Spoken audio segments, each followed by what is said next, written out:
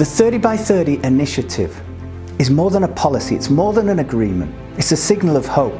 It's a promise. Because if we mess this up in the next few years, we will feel the negative impact. But the clock is ticking, folks. It is no longer time to talk about what we'll maybe do in the future. We're approaching planetary tipping points, moments we cannot undo. But unfortunately, what politicians sign up to when the world's cameras from all the press around the world are watching them, what they actually do when they get back home in their own jurisdictions is a very different story.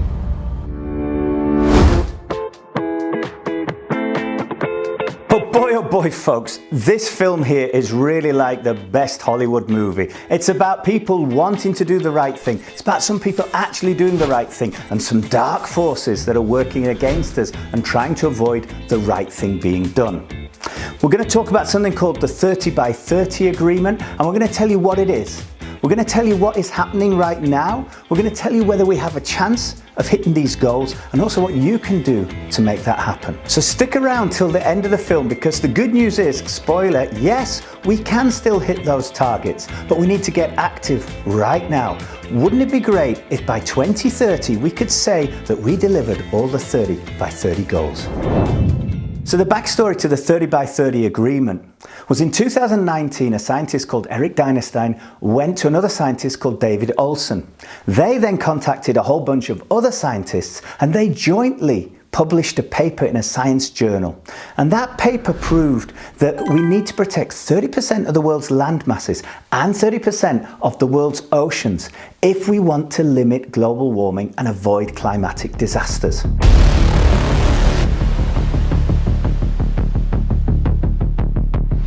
Because ecosystems don't survive on leftovers.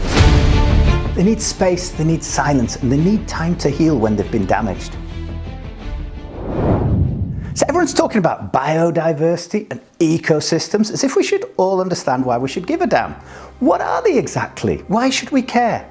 Well, an ecosystem is just simply something that keeps the world in balance. So we all know the example from elementary school, right? We breathe in oxygen, we breathe out CO2. The sun shines down on the plants and the trees, they suck in the CO2 and they spit out oxygen again, so we can breathe. This is a wonderful example of an ecosystem, and it's the reason why there's life on this planet and we haven't found life on any of the other planets around us. But what happens when an ecosystem breaks down? Well, simply it turns into death. You'll find that different types of plants and different types of living organisms start to die because we don't have the equilibrium anymore. The system is no longer looking after itself. What that means to us, well, we've already seen it happening last year. It means you're going to have bigger and more often storms, you're going to have loads of floods, you're going to have a lack of food in the world as we move forward into the future. These ecosystems are the things that keep us alive, and that's why it's important to protect them. But we've already seen the first UN so-called tipping point achieved last year when we found that coral reefs are dying in the oceans. In 2023, the world stood still. At COP15, over 190 countries signed up for something called the 30 by 30 agreement. The world's press talked about a milestone, a breakthrough for climate protection. The world's population had hope. We stood together and we had the feeling that our politicians were finally going to do the right thing, the simple thing, the thing that can be done to protect our planet, and they were going to do it straight away. Now, of course, in politics, there is a huge difference between what politicians sign up to when the world's cameras are watching them and what they actually do when they get back to their home countries. But now it's January 2026, and unfortunately we see that less than half of those countries that signed up to the 30 by 30 initiative have actually even put in a plan about what they're going to do. Even worse, some of the countries that have come up with a plan, some of the countries that have ratified the 30 by 30 agreement into their local jurisdiction, they've made it law where they live. Well, they've come up with a plan, but they've also weaved in kind of a few get-around clauses in their laws, which makes it look like they're doing the right thing, but they're not actually doing what they're committed to do. Without naming names, a country that's very close to my heart has signed up for the 30 by 30 initiative, and they've done a lot of good work, and they are doing a lot of good work to create maritime sanctuaries. But they've also written and said that in those maritime sanctuaries, overfishing with industrial trawlers is still allowed. That's not doing what the 30 by 30 initiative said we should do. Overfishing is a terrible thing, which is really hurting the planet and really hurting the ecosystems. So some really good news in 2025 is it was the first year that more energy was created by renewable sources than by fossil fuels. And in fact, in Europe, the amount of energy created through solar and wind was actually more than how much was created by oil and gas together. But at the same time, a country, and I'm not going to name names again, but you can fact check them, they've signed up to open up 12 new drilling stations for oil. So when we talk about protecting 30% of the world's land masses and 30% of the world's water, well, we need to break that down. Now, of course, when we talk about land masses, it is a challenge to protect that much of the land, but we already have quite a lot of nature sanctuaries, so it seems to not be the thing that people are worried about the most. Whereas when it comes to water, it's a very different thing. And we've got three different zones that we need to think about. We have fresh water, so lakes and rivers. Then we've got the coastal regions, the first 12 nautical miles from a coast. And then we've what we call the high seas. If we look at the lakes, well, you're probably all getting sick of hearing it, but I live at Lake Constance, which borders onto Switzerland, Austria and Germany. And that lake is protected by the Lake Constance Foundation, and that's part of an EU initiative called Living Lakes. That's fantastic work that's been done there, and I'm proud to say that Lake Constance is one of the cleanest lakes in Europe. So when we talk about the coastal area, those first 12 nautical miles of the world's seas and oceans, well, they only make up 6% of the total area, but 90% of marine life live in those areas. So it's such an important area for marine biology, it's such an important area for biodiversity, such an important area for our ecosystems. And it's great to see that there's some fantastic initiatives happening there, and we actually caught up with a company called Blue Nav, so spoiler, you'll be able to find out in a podcast that's coming out in a couple of weeks' time what they're actually doing to protect this area. Then as we move outside those 12 nautical miles into no man's land, the part of the oceans that are not under the jurisdiction of any country, well, there's also some fantastic work going on there with something called the High Seas Treaty.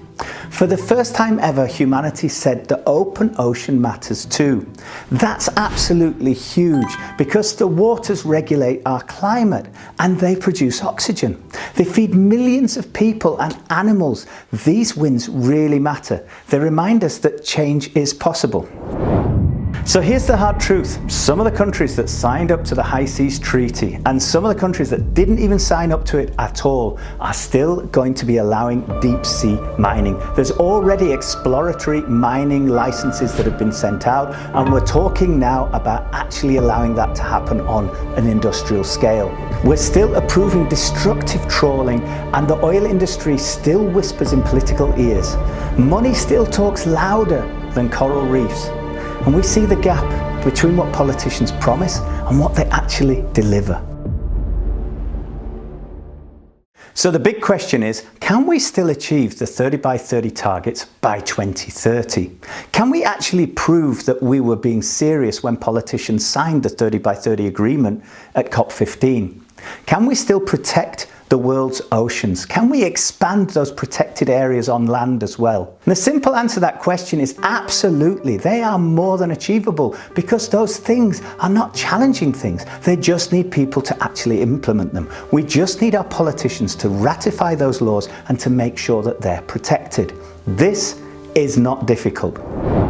So it's great to see all the different companies that we focus on in our podcast actually doing the right thing and earning more money with sustainable alternatives. It's great to see that the future, the decarbonised future, will be better than the past if we act today. But the clock is ticking, folks. It is no longer time to talk about what we'll maybe do in the future. Nature is sending signals to us, not quietly, not politely. She's screaming for our help, and it's time to do something now.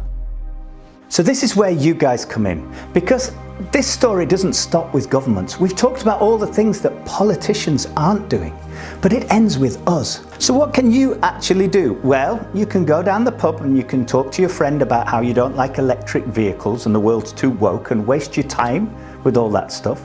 Or you can actually sit down and think about what kind of world you want to live in.